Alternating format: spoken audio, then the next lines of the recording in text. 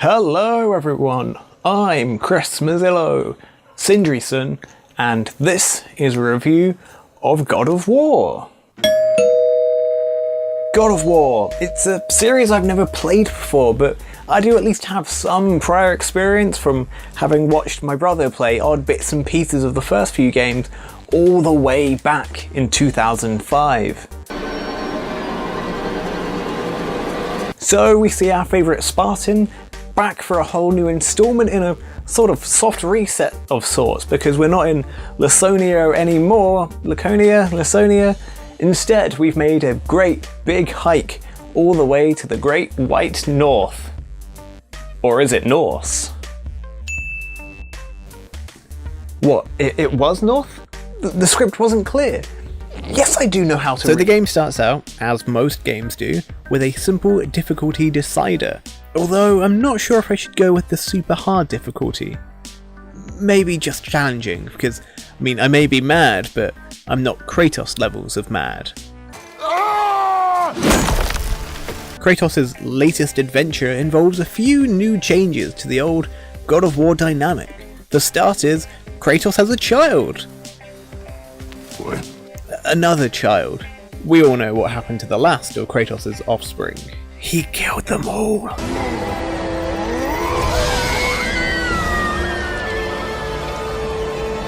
Other than his new offspring, there's a whole new camera angle for you to observe Kratos from, primarily over the shoulder in one long continuous shot.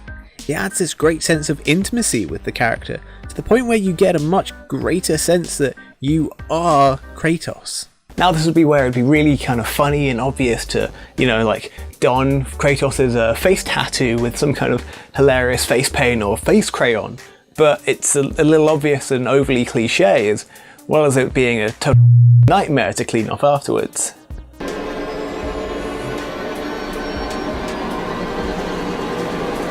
This use of the single long shot manages to completely affect the mood of the game itself. There's no cutaways or transitions from scene to scene, so you're left with these long, slow shots of Kratos opening his door and steadily walking out and placing a body on a pyre.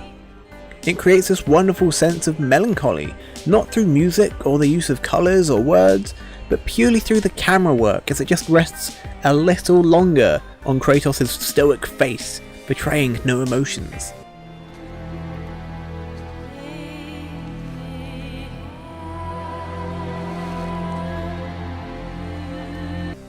The intimacy of the camera extends into the combat itself, as it doesn't pull out to show you the wider area. There's no start and stop moments to the combat, they're just part of this continuous journey, and the combat becomes all the more intense from it. I just need to... maybe... Okay, I'm turning it down.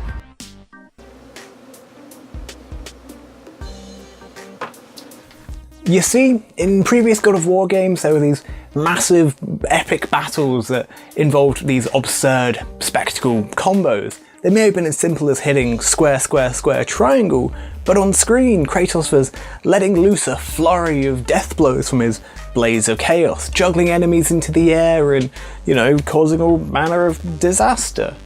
But here in the new one, well, it's a little bit more reined in.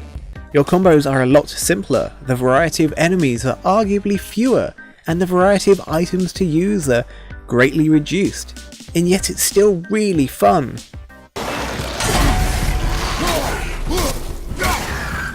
The folding camera turns combat into something a lot more Twitch-based. You no longer can see the entire battlefield from a pulled back perspective, instead you're up close and personal. Enemies can come at you from behind, and you may not realise that. You're no longer this divine spectre, observing the battlefield from on high and whispering into Kratos' ear, "Watch out, Kratos! Someone's gonna murder you from behind." No, now you are Kratos. You know about someone murdering you from behind when they're murdering you from behind. Unless your boy told you to watch out, or whatever this is, I don't know, I turned it off. That's not to say there aren't these crazy epic moments, gosh no. God of War approaches big bosses in the same way it's approached it in all games, and doesn't even wait around to kick things off with the introduction of the Stranger. My turn.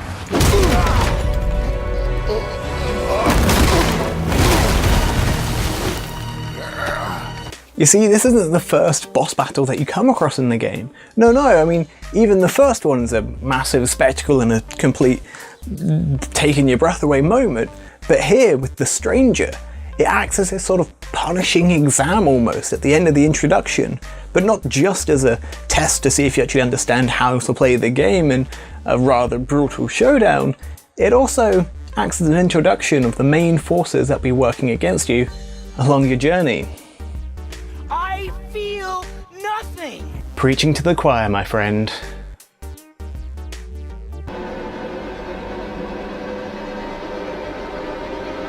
But what is your journey, other than being assailed by this Stranger?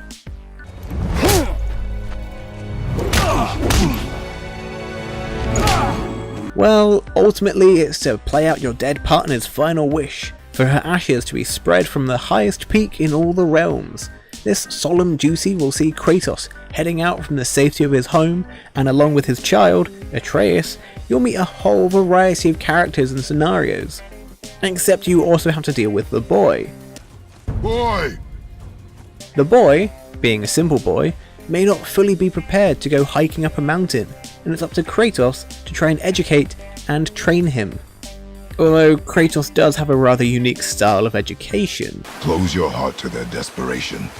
Close your heart to their suffering. Do not allow yourself to feel for them. They will not feel for you.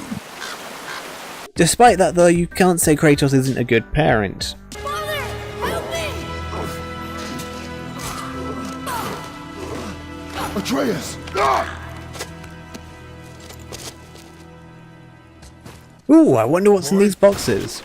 You see, this isn't just an adventure of murdering people. I mean, you do a lot of it.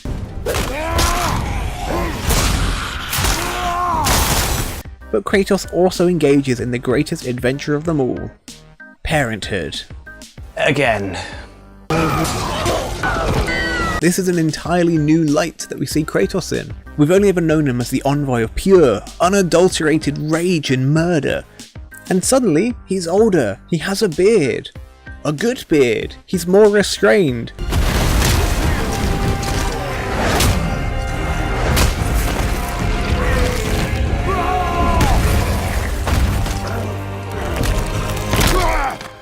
He's a tiny bit more restrained, and for the first time ever, he's not on a quest completely alone, and has to deal with that. You see, it turns out Kratos was a generally absent father during Atreus' life, and suddenly he's having to spend all his time with the boy, so you watch as you and Kratos just stumble through the notion of parenthood. Again. The connection between these two allow for this trickle of information of their past to eke out in the story. As you see, these two know their past already. You, the player, doesn't. So when everyone talks about the boy's mother as if everyone knew who she was, you're left wondering, who was my mother? But it means you've got this wonderful mystery that's woven throughout the whole game to keep you going. You don't even know who this person is, but you're going on in this epic quest because it's important. Important to the boy, and important to Kratos. To you. Now, I know what a lot of you might be thinking. Kafla, this just sounds like another massive escort mission. No one wants to have to deal with. But here's the thing, Atreus was actually really useful in combat. Not only does he have this barrage of arrows he can let loose to help stun your foes, he can also grapple an enemy and slowly slow them down or knock them to the floor in a way that can help you on your journey. And you begin to think that maybe, yeah, you've got this combat thing down. You can take it to a higher difficulty level. Your boy isn't just a walking Gatling gun for arrows, instead he's also this wonderful conversational partner to keep you engaged throughout your long journey, because otherwise, without him, it'd be a very different game.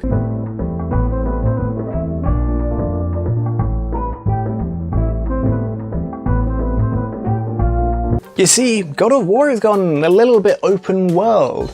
Now, a lot of you might be immediately filled with a sense of dread. I know I was. But a lot of the exploration is actually handled quite well, and it's not a map that's just littered with markers and bits and pieces to do. And a lot of this comes from a lack of compass directing you where to go.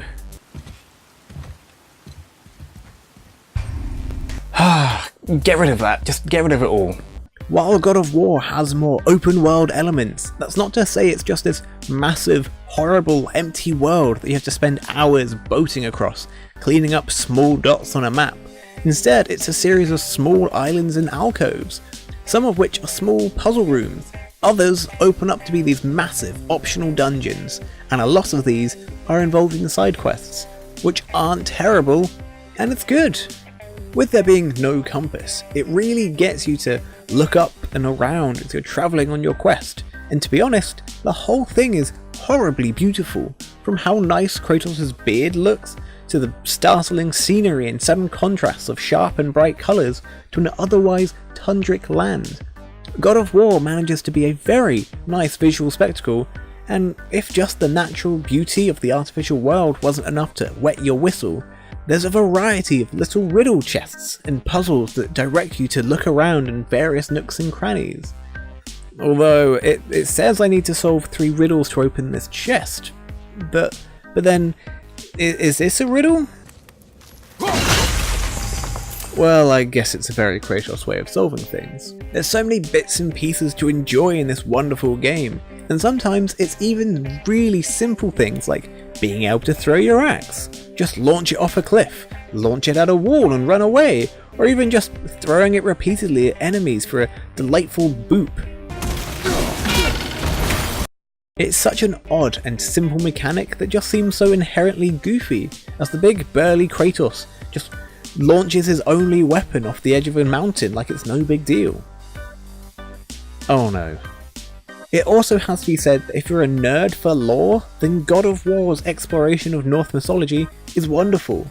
Sure, it takes a couple of liberties with the subject matter, but after enough lore stones or stories, you'll begin to feel like some kind of expert in Norse mythology. But he could not kill the stag alone. The horse met a man, a hunter, and made a deal. He took the man's bit and bridle and allowed him to ride in a saddle on his back. So you see, Thor was actually the son of Odin, who was also known as the Allfather. That's all very well and good, sir, but I did only ask if you decide upon your drinks order.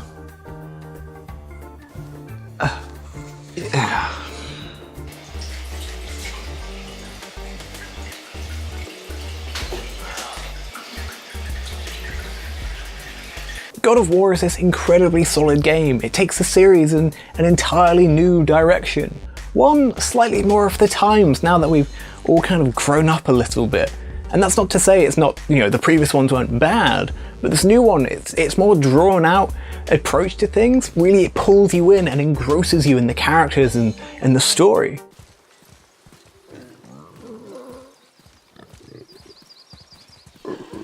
And the characters are really fun. There aren't hundreds of them just to really bog you down and just bore you to tears. There's just a light spattering of characters here and there, from the fun dwarves. I can enhance her for you right now if it so pleases you, son of a bitch. To the world serpent, who is genuinely just massively terrifying.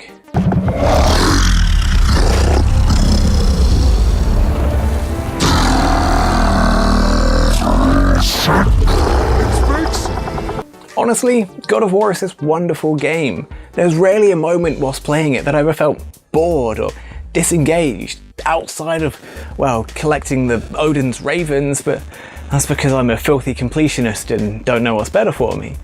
But buy it, play it, feel dead inside. It's a great game, and that's the sort of recommendation that I'd give to you. Thank you very much for watching my video. If you want, feel free to like and leave a comment about your own thoughts of God of War. If also, I do have some videos about God of War here. There's one about parenting with Kratos, because he's a lovable parent that we all know and love. And there'll be one here as well, which is most likely going to be a Ni no Kuni review. Stark contrast to God of War. And also my face right here should have my face on it, which you can click to subscribe. Thank you and goodbye.